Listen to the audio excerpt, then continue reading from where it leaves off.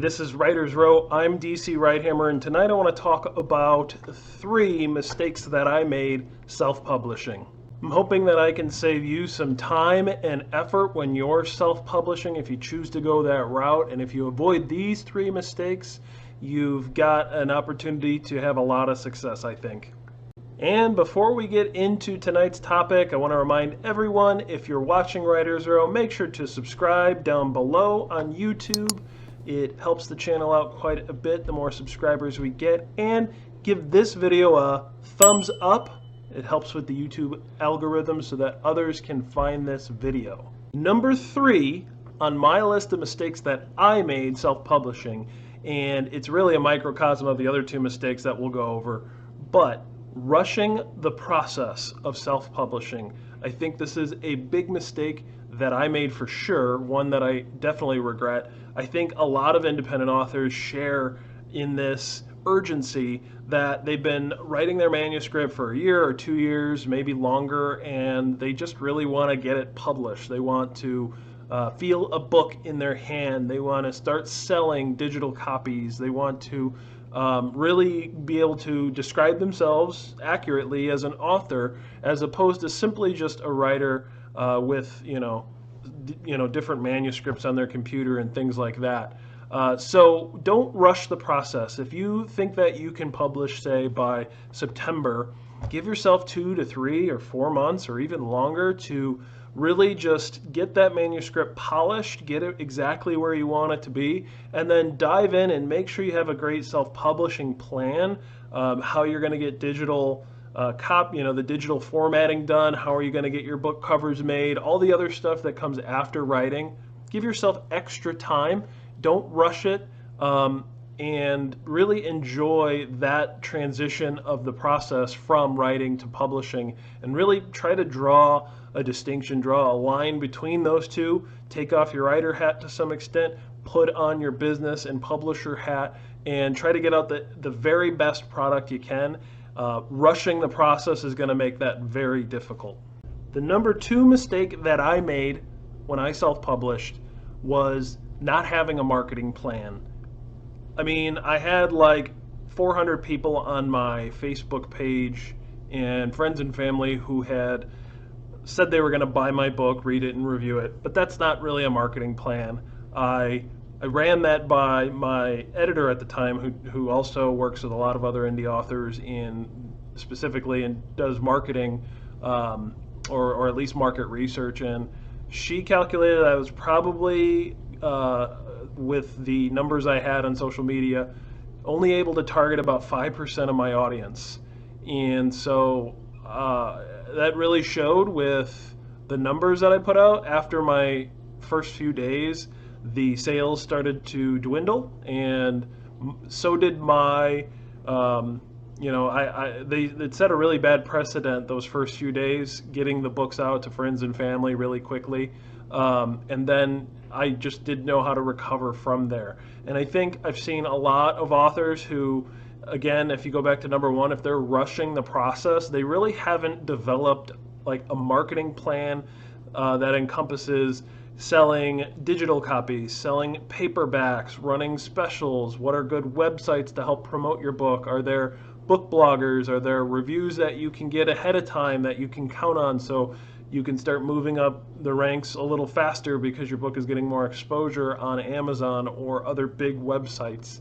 How much are you going to spend on things like Facebook ads and Amazon marketing ads and things like that? And is there any other particular ads you want to run? Are there any local stores? Now, granted, right now a lot of us are all stay at home and we aren't able to do in-person sales, but in general you should have a plan for doing those and how you can get hand-to-hand sales as much as you possibly can, meeting readers face-to-face, and having a strategy for the first 3 months your book is out, really moving as many copies as you can, engaging as many readers as you can, and having a marketing plan. The last thing I'll say on this one is networking and marketing are not the same. And what I mean by that is, if you're networking with other writers, yeah, it's true, other writers are readers, but that should not be your main demographic if you are going out and trying to market your book. So if you're in writing community, that's great. You should network with as many writers as possible, but do not think of that as a substitute for a legitimate marketing plan. And the number one mistake that I made self-publishing, and I cannot stress this enough, do not do what I did. Don't go into debt to self-publish. So what do I mean by that? Do not swipe a credit card to pay your editors, to buy your covers, to do marketing, all of that. Do not start your first endeavor, your first chance at being an author with your books in the red in terms of debt. Yeah, when you invest your own money and pay cash for all those things, you are going into quote unquote debt. You've invested, so you want to make that money back. But when you go into debt and you're paying interest on these passion projects, the books that you've written and the things that you've self-published, it really changes the relationship you have with your passion. It goes from being something you love and enjoy to something that is now continuing to pull more and more money, time, resources, your mental cycles, thinking about how you got to make that next credit card payment. It's taken me a while to pay off the amount that I paid for the 2 books that I've self-published. And if I could go back, I would have started 2 years or a year prior, set a budget for myself, really stuck to that budget, and I would stop spending any kind of extra money.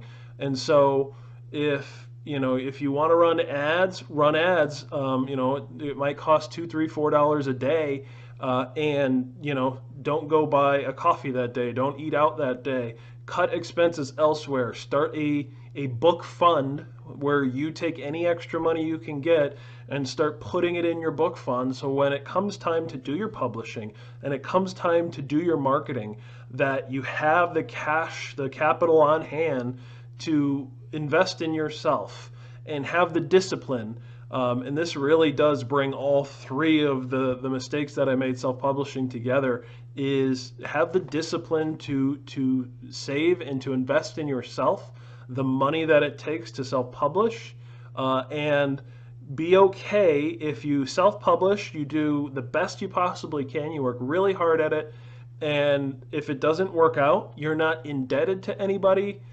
Yeah, it's not good, or it's not fun to lose money, but you're not paying interest, you're not indebted to another company, you're keeping it sort of in-house, and in that sense, it makes it your relationship with it that much better. And so going into debt, my number one thing, if I could steer all indie authors and self-published people away from debt, it doesn't mean I don't want you to publish. And if you've got some kind of insider knowledge that you're going to make your money back instantaneously, you have dozens of pre-orders that are coming, maybe it's okay, but even in that scenario, for me, I would not. I would just slow down. I would save up the money. I would, sell anything I can, take a side job, whatever it is, and save up the money and pay cash for everything self-publishing and marketing related. And so there you have it. Those are the 3 mistakes that I made self-publishing, at least the biggest ones. I've made several others. Are there any mistakes that you've made that others can learn from? Make sure to put those in the comments down below. It's okay to make mistakes. The process of learning from them, I think, is important. And so that's why I wanted to make this video. I think getting a lot out of it, just understanding that it's a complicated process. Take your time, save the money, have a marketing plan and just a publishing plan in general.